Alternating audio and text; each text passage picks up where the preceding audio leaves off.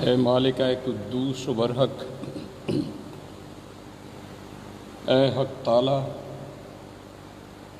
حی القیوم، فی الحقیقت تو ہی خدا، معبودوں کا معبود اور بادشاہوں کا خداوند ہے اور بھیدوں کا کھولنے والا ہے۔ ہم تجھ سے التجا کرتے ہیں کہ ہمیں توفیق عطا کر کے ہم آج کے کلام کے ذریعے دل و جان اور روح سے تیرے پاک اور پوتر نام کو ممتاز و سربلند کریں اور تیری مقدس کلیسیا ترقی پائے۔ خدا باپ، خدا بیٹے، خدا روح القدس کے نام میں آمین۔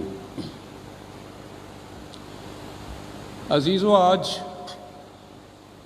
پوری دنیا کرونا وائرس جیسی عالمی وبا کی وجہ سے بے چین اور مضطرب ہے۔ عبادت کنڈکٹ کرنے والے عاشر صاحب نے اس کا پرزور ذکر کیا، کرنل البرٹ نسیم نے اپنی دعا میں اس کا ذکر کیا۔ جب گھروں سے باہر نکلتے ہیں تو تمام احتیاطیں جب ہمیں یاد آتی ہیں تو کرونا وائرس کے حوالے سے ہی آتی ہیں۔ پہلے ہی جگہ جگہ بھوک، پیاس، جہالت، استحصال اور خوراک اور پانی کی شدید قلت نے بڑی تباہی مچائی ہوئی ہے، اور اس مہلک وبا نے 213 ملکوں کو متاثر کیا ہے۔ 7 جولائی تک جب میں نے اس کا ڈیٹا کمپیوٹر پر دیکھا، اس وقت پاکستان میں 2,37,479 لوگ اس کا شکار ہو چکے تھے اور 4,922 اموات اس بیماری کے باعث ہو چکی تھیں۔ اسمارٹ لاک ڈاؤن کے تحت کہیں کہیں نقل و حرکت کی مکمل پابندی ہے اور کہیں کہیں نسبتاً آزادی بھی ہے، جس کی وجہ سے کاروباری تنزلی ہو رہی ہے، اور اکثر لوگ غربت کی وجہ سے، کاروبار کی تنزلی کی وجہ سے، روپیہ پیسہ کمانے نہ کمانے کی وجہ سے پوچھتے ہیں کہ مستقبل میں کیا ہوگا، یہ بیماری کب تک چلے گی اور ہم اس سے کب چھوٹیں گے، خدا اس وبا سے ہمیں چھڑائے گا بھی کہ نہیں۔ بائبل مقدس میں ایک بڑی معتبر خاتون کے حوالے سے آج آپ نے ایک بہت ایمان افروز سوال پڑھنے میں سنا۔ کیا خداوند کے نزدیک کوئی بات مشکل ہے؟ لیکن زبور نویس یہ کہتا ہے کہ تجھ پر کوئی آفت نہیں آئے گی اور کوئی وبا تیرے خیمے کے نزدیک نہ پہنچے گی۔ لوکا رسول کی انجیل میں بھی اس کی باز گشت پائی جاتی ہے، جہاں خداوند یسوع مسیح نے کہا پہلے باب کی 37ویں آیت میں، جو قول خدا کی طرف سے ہے وہ ہرگز بے تاثیر نہ جائے گا۔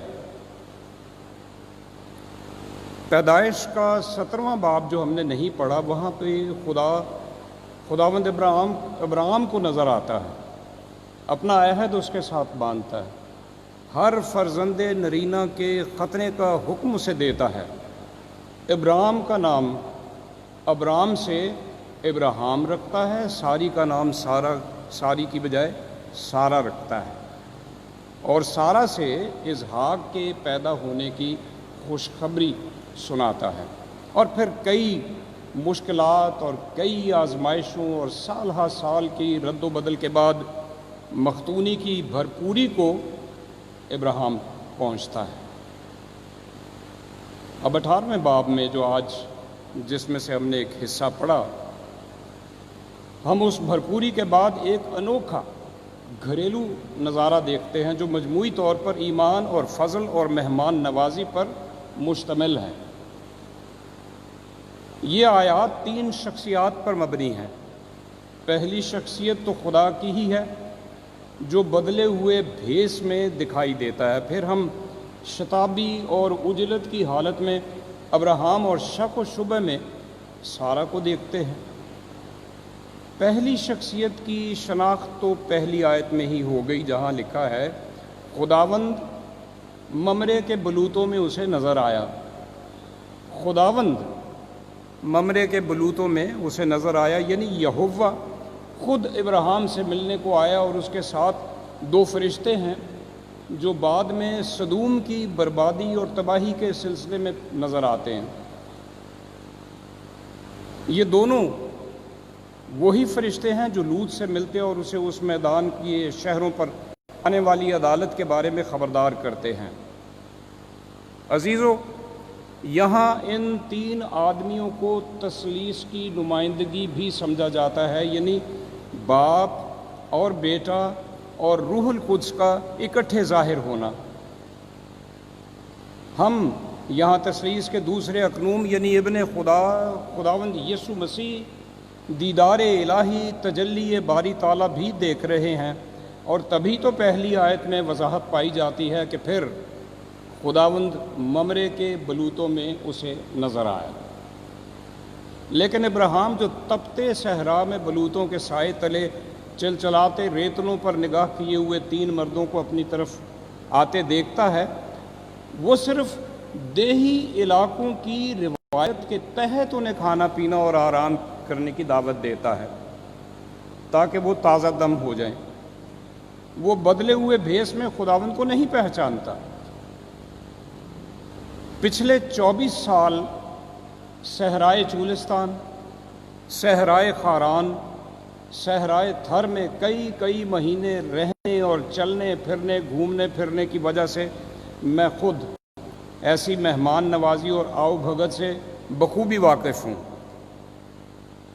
اور یوں خداوند کا ابراہیم پر ظاہر ہونا ابراہیم کے دل کا امتحان تھا کہ کیا واقعی وہ مختون ایماندار ہے۔ عزیزو، خدا ہمیشہ ایمانداروں کو اسی طرح بغیر انتباہ کے جانچتا ہے۔ اب ذرا اپنے آپ سے پوچھئے کہ کیا میں اور آپ اسی طرح سے اپنی مصروفیات میں اگر کسی کو ضرورت ہو تو کیا اپنا وقت، اپنی خدمت ہم اسے دے سکتے ہیں؟ کیا ہم میں یہ کیپیسٹی ہے کہ ہم اپنا بہت کچھ اسے دے دیں تاکہ وہ بحال ہو جائے؟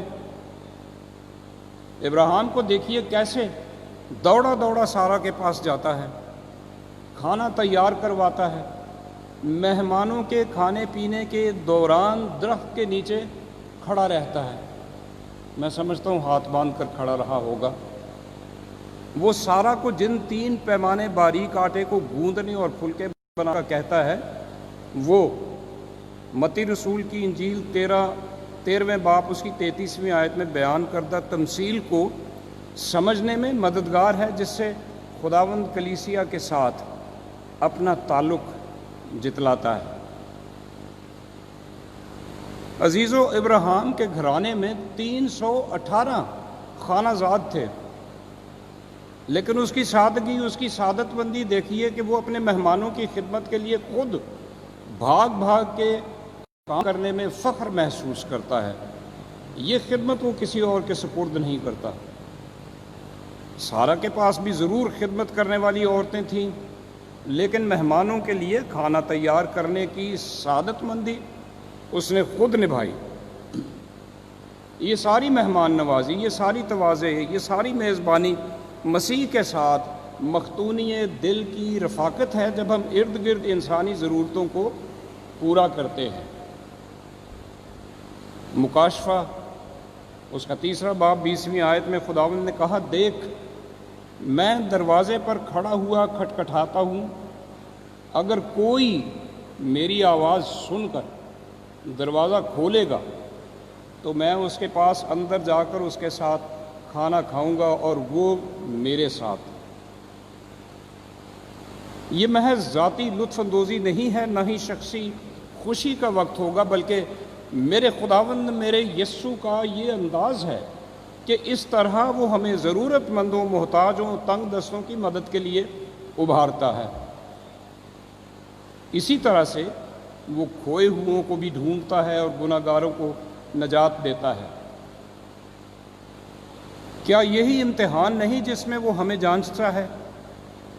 اس کی عدالت کی یہ تصویر دیکھیں جس میں وہ بنی نوع انسان کی تقسیم کو بے نقاب کر کے ایک گروہ سے کہے گا، اے ملاعونو، میرے سامنے سے اس ہمیشہ کی آگ میں چلے جاؤ، کیونکہ میں بھوکا تھا تم نے مجھے کھانا نہ کھلایا، میں پیاسا تھا تم نے مجھے پانی نہ پلایا، پردیسی تھا تم نے مجھے گھر میں نہ اتارا۔ اور دوسرے گروہ سے کہے گا آؤ میرے باپ کے مبارک لوگوں، جو بادشاہی بنائے عالم سے تمہارے لیے تیار کی گئی ہے اسے میراث میں لو، کیونکہ میں بھوکا تھا تم نے مجھے کھانا کھلایا، میں پیاسا تھا تم نے مجھے پانی پلایا۔ تب راست باز کہیں گے اے خداوند ہم نے کب تجھے بھوکا دیکھ کر کھانا کھلایا یا کب تجھے پیاسا دیکھ کر پانی پلایا؟ تو بادشاہ جواب میں ان سے کیا کہے گا؟ وہ کہے گا میں تم سے سچ کہتا ہوں کہ جب تم نے میرے ان سب سے چھوٹے بھائیوں کے ساتھ میں سے کسی کے ساتھ یہ سلوک کیا تو میرے ساتھ کیا۔ عزیزو، مجھ سے اور آپ سے آج یہی سوال پوچھا جاتا ہے، کیا ہم نے بیماروں کی خدمت کی ہے؟ کیا ہم نے بھوکوں کو کھانا کھلایا ہے؟ کیا ہم نے پیاسوں کو پانی پلایا ہے؟ یہ وہ سوال ہے جو روح ہمارے آگے رکھتا ہے۔ آخری نظارہ گھرانے کا نسوانی منظر ہے۔ مہمانوں نے ابراہیم سے پوچھا تیری بیوی سارہ کہاں ہے؟ میں پھر موسم بہار میں تیرے پاس آؤں گا اور دیکھ تیری بیوی سارہ کے بیٹا ہوگا۔ یہ کون کہہ سکتا ہے؟ یہاں ابراہیم کو مرکزی مہمان کی شناخت کا پہلا اشارہ ملتا ہے، کیونکہ صرف خداوند ہی ابراہیم کی بیوی کے نام کی تبدیلی کا علم رکھتا ہے۔ اس نے کسی کے سامنے تو اناؤنسمنٹ نہیں کی تھی، اس کا ذکر کہیں نہیں ہوا جب اس نے ساری کا نام تبدیل کر کے سارہ رکھا۔ اور یہاں ایک مہمان پوچھتا ہے تیری بیوی سارہ کہاں ہے؟ دوسرا اشارہ بھی ساتھ ہی مل جاتا ہے جب بیٹے کی پیدائش کا وعدہ دہرایا جاتا ہے، کیونکہ یہ وعدہ بھی ابراہیم سے پہلے ہو چکا ہے۔ یاد ہے خداوند کے جی اٹھنے کے بعد ایماؤس کی راہ پر بھی دو آدمیوں نے خداوند کو نہ پہچانا جب تک کہ اس نے روٹی لے کر برکت دی اور دی۔ سو ابراہیم نے بھی بیٹے کی پیدائش کا جانا پہچانا وعدہ سن کر جان لیا کہ بولنے والا خداوند ہی ہے۔ سارہ نے اپنی عمر کو دیکھا تو اپنے بڑھاپے کو دیکھا اور دل ہی دل میں ہنسی، لیکن خداوند نے اس کی ہنسی اور خیالات کو بھی جان لیا۔ اب یہ یاد رکھیں کہ وہ دل ہی دل میں ہنستی ہے اور خداوند جان لیتا ہے، کیونکہ وہ دلوں اور بھیدوں کے جانچنے والا ہے۔ اور ابراہیم نے نہ بے ایمان ہو کر شک کیا بلکہ ایمان میں مضبوط ہو کر خدا کی تمجید کی۔ مہمانوں کی رخصتی کے بعد ان کی آواز اس کے کانوں میں عجیب طاقت کے ساتھ پتہ نہیں کب تک گونجتی رہی۔ کیا خداوند کے نزدیک کوئی بات مشکل ہے؟ وہ خالق جس کے کہنے سے ہی ویران اور سنسان گہراؤں سے زمین و آسمان پیدا ہوئے، وہ خالق جو ہر روز زمین کی عظیم اور پیچیدہ قوتوں کو برقرار رکھتا ہے، وہ خالق جس کے حکم سے سورج وقت پر نکلتا ہے، وہ خالق جو پیشن گوئیاں کرتا اور صدیوں بعد ان کو وقوع میں لانے کی قدرت رکھتا ہے، وہ خالق جس سے بدروحیں بھی ڈرتی اور اس کا حکم مانتی ہے، کیا اس کے نزدیک کوئی بات مشکل ہے؟ آج ہم نے ابراہیم اور سارہ کو جو عہد عتیق کی نامور شخصیات تھیں مرکزی کردار رکھ کر ایمان کے بارے میں اہم سبق سیکھا۔ ایمان کی ماہیت پر یہ کتنا خوبصورت سبق ہے۔ ایمان تمام مخالف حالات کے پار وعدہ کرنے والی ذات الہی کے کردار پر تکیہ کرتا ہے۔ ایمان کی بنیاد وعدہ ہے، اور جب خدا ہی نے وہ وعدہ کیا ہو تو تمام حالات کے باوجود اس پر بھروسہ کیا جا سکتا ہے۔ تو اب سوچئے کہ کیا خداوند کے نزدیک کوئی بات مشکل ہے؟ سارہ خدا کے وعدے پر بھروسہ کیا اور خدا پر ایمان رکھا، اور اس ایمان کی بنا پر اس معتبر خاتون کا نام کتاب مقدس کی شہرت گاہ میں ہمیشہ کے لیے درج ہو چکا ہے۔